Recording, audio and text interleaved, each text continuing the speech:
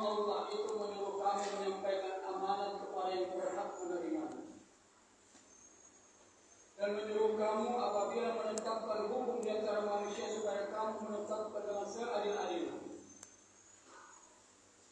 Sesungguhnya Allah memberi perkataan sebaik-baiknya kepadamu. Sesungguhnya Allah adalah Maha Penyayang dan Maha Pengampun. Ini dia berikan di dalam Al-Quran surah An-Nisa. Jemaah Allah, mari kita kembali berbicara dan mengkaji tentang pentingnya itu pendidikan politik di dalam Islam itu sendiri. Kenapa? Karena ada sebagian ulama kita yang mengatakan bahwa tidak boleh kita berpolitik. Di sini lah perlu kita luruskan. Bagaimana sebetulnya ciri khas politik itu dalam Islam itu?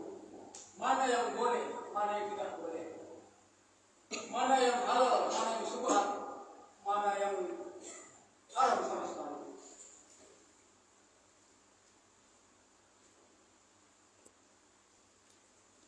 Dr. Yusuf Qaradawi dalam bukunya Akhlak Islam terbitan Darul Masarif Kairo Mesir halaman 74 berkata begini katanya, sebagaimana halnya Islam mengikat ekonomi dengan akhlak, Islam juga mengikat politik dengan akhlak itu. Sehingga politik Islam adalah politik masyaratisme yang berpendapat bahwa tujuan menghalalkan segala cara, walau seperti apapun sifatnya. Jadi kalau masyaratisme itu berpendapat tujuan menghalalkan segala cara, walaupun seperti apapun sifatnya. Kalau berpolitik seperti ini memang jelas hukumnya haram. Karena mencapai tujuan kekuasaan itu segala cara dihalalkan dia. Baik itu secara ilegal besar-besaran, baik dengan cara melanggar konstitusi, baik dengan mengaduk-aduk hukum yang sudah berlaku. Ini untuk mencapai kekuasaan. Karena kata Hasan bin Ali bin Abi Thalib itu, kekuasaan itu memang menjanjikan. Dengan kekuasaan orang bisa cepat kaya, tapi orang kaya belum tentu bisa cepat untuk memperoleh kekuasaan. Kemudian beliau berkata, politik Islam adalah politik prinsip dan nilai. Ia selalu berkaitan dengannya dan tidak pernah kosong dari politik prinsip dan nilai. Walaupun dalam kondisi gelap gulita dan di masa paling hebat, baik dalam hubungan antara negara dengan rakyat, secara internal maupun hubungan antar negara ataupun hubungan luar negeri dengan komunitas lain. Maksudnya di sini, politik dalam Islam itu khususnya memilih pemimpin itu adalah prinsip dan nilai. Ada prinsipnya. Prinsip apa? Prinsipnya adalah sudah saya katakan, sudah saya bahas kemarin, bulan yang lewat. Prinsipnya dua, yaitu akal dan syariat. Jangan lupa, tak perlu kita jelaskan lagi karena sudah apa, boleh ditanya. Ini prinsipnya, akal dan syariat tadi. Jadi kita sebagai umat Islam itu memilih pemimpin itu, jangan lupa pergunakan akal dan syariat itu untuk mencoblos nanti. Nilainya bagaimana? Karena nilai daripada memilih kepemimpinan itu tidak terlepas dari antara kepentingan dunia dengan akhirat. Artinya setiap orang yang memilih pemimpin itu, baik yang memilih ataupun yang dipilih itu, mempunyai tanggung jawab yang konkret nanti di hadapan Allah Subhanahu wa taala ketika pengadilan yang terakhir tadi. Jadi hati-hati. Kemudian Dr. Syukurlah menjelaskan lagi supaya kita pahamkan. Tapi ada catatannya. Kalau ada nanti jangan merasa tersinggung, ini kan secara kebetulan. Ini berbicara tentang hukum. Kalaupun ada nanti pas ke situ, bukan suatu unsur kesengajaan. Itu berarti secara kebetulan. Kebetulan yang kita bahas itu. Pas pula yang itu. Jadi jangan ada rasa tersinggung kalau tidak sepaham nanti. Kemudian katanya Rasulullah tadi, sesungguhnya Islam menolak dengan keras segala cara kotor, termasuk cara kotor yang digunakan untuk tujuan mulia. Sebuah hadis sahih menjelaskan, sesungguhnya Allah itu maha baik, dia tidak akan menerima kecuali hal yang baik. Hadis riwayat Muslim dan Tirmidzi dari Abu Hurairah. Artinya cara yang buruk sama saja dengan tujuan yang buruk. Keduanya harus ditolak walaupun alasannya yang baik. Kalau dengan cara-cara yang buruk dia, dengan cara-cara tidak adil dia untuk memperoleh kekuasaan itu, walaupun tujuannya alasannya adalah untuk kepentingan rakyat dan negara, kita sebagai umat Islam itu pikir-pikir secara dalam dulu untuk memilih orang-orang yang berpendapat seperti itu. Karena seperti itu adalah cara yang ditolak, walaupun alasannya untuk kepentingan negara dan rakyat. Hati-hati Bapak. Ingat tadi, nilainya adalah kita akan diminta pertanggungjawabannya dan tidak melaksanakan. Kemudian firman Allah dalam surah An-Nisa 58 tadi sudah kita bacakan, innallaha ya'murukum an tu'addu al-amanati ila ahliha wa idza hakamtum bainan nas an tahkumu bil 'adl innallaha ni'ma ya'idukum bih innallaha kana sami'an basira. Sesungguhnya Allah menyuruh kamu menyampaikan amanat kepada yang berhak menerimanya. Kita potong saja berjelasan. Maksud ayat ini kata Dr. Psikologi adalah supaya dicatat baik-baik Bapak, jangan sampai kita ikut-ikut menolong satu kemungkaran, masuk ke dalam murka Allah itu, padahal kita tidak ada manfaatnya. Mau siapapun yang naik di sini kalau juga kita bayar pajak dulu, baru bisa aman. Dr. Psikologi menjelaskan, menurut ayat ini, tidak dibolehkan bagi seseorang penguasa muslim, tidak dibolehkan bagi seseorang penguasa muslim untuk mengutamakan dan memprioritaskan salah seorang kerabatnya atau keluarganya, orang dekatnya atau partainya dengan memberikan sesuatu yang tidak berhak baginya atau tidak memberi sesuatu kepada yang berhak menerimanya. Tidak dibolehkan bagi seseorang pengusaha muslim, di sini dikatakan pengusaha muslim. Kalau pengusaha Fir'aun boleh Pak, suka-sukanya. Tapi kalau dia penguasa muslim, tidak boleh dia mengutamakan keluarganya, tidak boleh mengutamakan partainya, tidak boleh apanya. Padahal ada yang lebih berhak untuk mencapai jabatan itu. Disinilah kemudian kita cerdas dalam berpikir. Cerdas dalam berpikir. Jadi kalau ada yang lebih berhak dia, walaupun itu kerabat siapapun dia, kita tidak boleh memilihnya. Karena apa? Sebelum naik pun dia sudah melakukan kemungkaran, tidak adil dan lain sebagainya macamnya. Memberikan segala macam kepada orang yang bukan tidak haknya. Kita dukung juga, kita pun sama juga nanti akan diminta pertanggungjawaban di hadapan Allah SWT. Ingat prinsip tadi, prinsip dan nilai. Prinsip itu adalah dalam memilih itu syariat dan akal. Nilainya adalah kita akan memperoleh pahala dalam memilih pemimpin. Artinya kalau baik pemimpin itu sesuai dengan akhlaknya, jiwanya adalah Islam, maka itu yang kita pilih. Walaupun orang mengasih segala macam dengan cara ketidakadilan di tengah-tengah masyarakat kita, itu Pak, alihkan pilihan kita kepada orang yang memang mempunyai prinsip dan nilai tadi. Artinya nilai yang dibawanya itu membawa kita Islam dari dunia akhirat. Kemudian hadis Nabi menjelaskan, kondisi seperti ini menunjukkan sudah dekatnya kehancuran suatu bangsa. Maksudnya, apabila kita dengan iming-iming yang ketidakadilan diperlakukan, tetapi kita senang dengan ketidakadilan itu karena memang bisa melapangkan, menarik napas sesaat. Kata hadis Nabi, kondisi seperti ini menunjukkan sudah dekatnya kehancuran suatu bangsa. Hati-hati.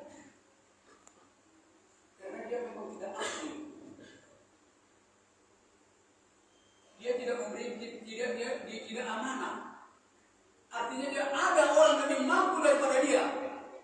Tetapi tadi itu dia memaksakan kerabatnya, andai tolongnya segala macam, partainya dan lain sebagainya. Itu tidak boleh di dalam Islam itu. Kemudian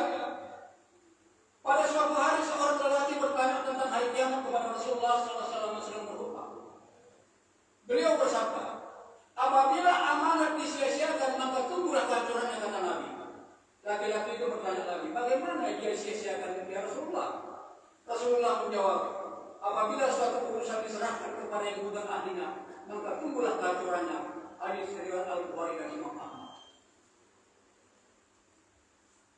Kemudian, Qardawi lagi menjelaskan, sesungguhnya politik Islam wajib dibentuk di atas dasar keadilan, kesetaraan, persamaan antara semua orang dalam hak dan kewajiban dan hukum, kejujuran kepada rakyat, keterus terangan akan kebenaran tanpa penyesatan, kebohongan dan kedustaan. Di sini kan banyak sekarang itu dusta-dusta nampak di mata. Nampak di mata, Pak. Kalau nggak tahu kita nggak masalah kita pilih, itu tanggung jawab dia. Tapi kalau sudah tahu dia tidak adil, Pak, terhadap sebangsanya sendiri, seprofesinya sendiri dia tidak adil. Itu kan seprofesinya itu, Pak, tidak ada untuk orang tua semua, Pak. Karena kuat dia dicalonkan faktanya. Sama itu aja dia tidak adil. Konon kita seperti masyarakat sekarang ini. Jadi di dalam masalah ini, Pak, bila ada sebagian orang meyakini bahwa politik Islam itu politik yang kotor, itu adalah salah besar dia. Islam ini mengajarkan kita tentang etika politik, tetapi etika politik ini jangan dipelajari di masjid. Jangan kepada BKM, jangan tersinggung, supaya diperhatikan. Karena Nabi membaca di mana-mana, siapa yang mengundang orang itu, mengundang utana tidak perlu dipelajari politik tentang etika Islam itu.